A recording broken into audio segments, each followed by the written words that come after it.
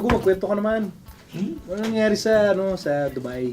'Di ba nagka-2 PBA games doon, yung una yung Barako versus Rain or Shine. Kwento ka naman. Barako, Rain or Shine, it was an entertaining game. Ang tuwan-tuwa yung mga nakapanood ng mga Filipino doon.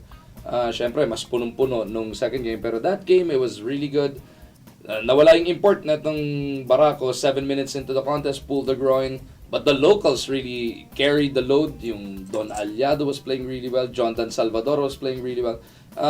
Almost all of their lows. Mick Pinisi shot 5 of 6 3-pointers in the first half. Problema, isa na lang nadagdag niya in the second half. And Barako was leading mga 3.5 quarters of the game. They were leading until a late run by Rain or Shine to steal the game.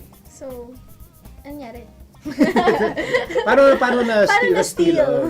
Late rally, Paulie stepped it up. He had a huge fourth quarter. Big Bo Belga had a career game. 20 points on 7 of 10 shooting. Samahan mo pa ng 8 rebounds. Inspired performances from the Rain or Shine. Palagi mo nga nababanggit yung mga locals lang. Pero kasi ako rin, meron akong doubts dito sa import ng Rain or Shine. How did he perform? First half, medyo mabagal. Kahit nawala na si Dermar Johnson, he couldn't really capitalize kasi ang laki na rin ng frontline ng Barako eh. So, ando pa rin, kaya pa rin siyang tawin. May Peña, Pinisi, Aliado, Jondan. And actually, he was getting into a fight with everybody. Him and Big Bo Belga.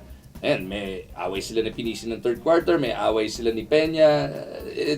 There were heated moments in that third quarter bago yung payata yung gumising sa Rain or Shine into the fourth quarter. Also naman like si Ronald Tubit. Sino po balit kay Dermar Johnson? He played the minutes, the wing. Ronald... Sila kasi next game namin eh. Big scouting. Ronald Tubit actually had one of his most solid performances as a Barako Bull energy booster. Winnie Arboleda had a little bit of minutes. Willie Miller didn't really get the Willie Miller type of ball game. Ronald Tubit was actually outplaying him at times, and Tubit had his best game as a Barako. So, Mr. Witness, no? Para tayo mga senator judge dito. Parang ginigrill natin sa Senado eh. Yung Barako, how did they lose grip of that game? Yun nga, yung import ng si Duke Cruz. Ulit-ulit tayo, parang deja vu all over again. And Duke Cruz really turned it up late in the game. Paulie had a huge fourth quarter. Okay, let's talk about the Ginebra Rain or Shine game. Ginebra Rain or Shine, 7 o'clock tip-off yun, local time sa Dubai. 3:30 dumating kami doon, ang dami ng tao. Alas 12 pa lang yata ng tanghali. Doon na nag-lunch, nag-camp out. Because the Friday is the Sunday there, everybody's day off. Kaya punong-puno, aga pa lang, unahan sa silya yung mga tao. For some reason yung pinakababa, yung on-the-floor seats, walang number. Free seating, yung mga nandito pa sa lower box yung may number yung silya. Yung sa taas wala na rin. Kaya talagang aga ng mga tao unahan. Sir, saan po saan po ang bench ng Ginebra para doon sila upo sa likod? Doon sila manggugulo. Kasi bangko lang yung bench. Talagang bangko lang. Seriously, pagka sinabing bangko ka, nakaupo ka sa bangko. So were there the famous Ginebra chants that were going on? They were reverberating. Naging barangay Dubai nga. So talaga? Talaga home court. Grabe. Naging barangay Dubai. Home court. Okay, so let's talk about the game. Ano yung mga highlights of the game? Highlights of the game was JJ Halterbrand with a huge...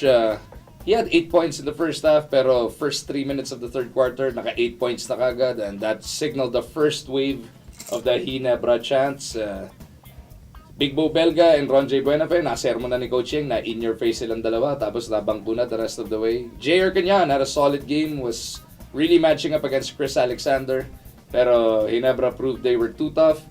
They were up 13. Ginebra built a 13-point lead late in that game. Very, very late. There were 3 minutes to go.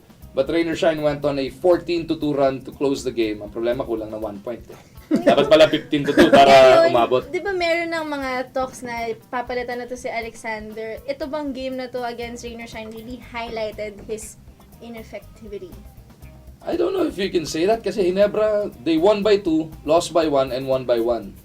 So they could have easily been 3-0 and 0-3 at the same time. Hindi yung talagang sa dulo lang either tutukod or mananalo yung Barangay Ginebra. Pero syempre sentimental favorite. The last time Barangay Ginebra won a championship was with these guys. Chris Alexander, Rudy Hatfield, the Fast and the Furious, Eric Menk. So May sentimental favorite dyan. Maybe they were expecting more from Alexander. Maybe, you know. Diba? I mean, especially since he was posting on his Facebook, diba? I was the last to lead them to the championship. But, you know, it's still early in the season. 2-1 naman sila eh. They're in the upper half. How was, Dylan Ababu? Did he get to play? Or? Dylan was okay. He was getting minutes all the way late in the game. Ayos naman. Pero parang, dating sa akin ng Ginebra ngayon, this tournament at least, it's all for the veterans eh. Parang it's a make or break tournament for all Now of or these never. veterans. Diba? Hiningi nila Kagiwa to. They were asking for one more shot. They were asking to be the ones to carry. They were asking for Ginebra not to go into a transition mode yet or to rebuild yet. Parang one last hurrah for these guys. So Dylan, he has been having his contributions pero it's the veterans talaga. Okay, finally, this was a tough trip for Rain or Shine, and they needed to win. Yeah. So, Great minds. I was thinking about the same thing. Galing. mahusay. So, yung Rain or Shine ba, para meron ba silang pagsisisi na, ano ba itong pinasok natin? Bakit tayo nag-back-to-back games dito? Actually, ang tagal na ng na-schedule. After the 2011 Dubai Games, na-schedule na Rain or Shine na maglalaro dyan ng 2 beses. Nag-usap na ang Commissioner's Office and the Rain or Shine Management. And they already knew. Hindi lang nila alam na 0-2 sila dadating doon. At least nag-1-1 and from the look on Coach Yang's face right at the buzzer, kasi nandun kami sa bench side ng Rain or Shine eh. Right at the final buzzer, nung kumamay siya kay Coach Shot, parang kampante na siya na naka 1-1 sila. They could have gone 2-0 on that trip easily. Pero naka 1-1 sila, parang okay lang sa kanya. And at the same time, pagpasok sa locker room, balita ko hindi na nanermon. Kasi naubos na yata yung sermon sa floor mismo. Yeah, but I think for Rain or Shine, you go to Dubai, leave Dubai 1-1, okay na yun. Pwede. That was a tough road trip para sa kanila.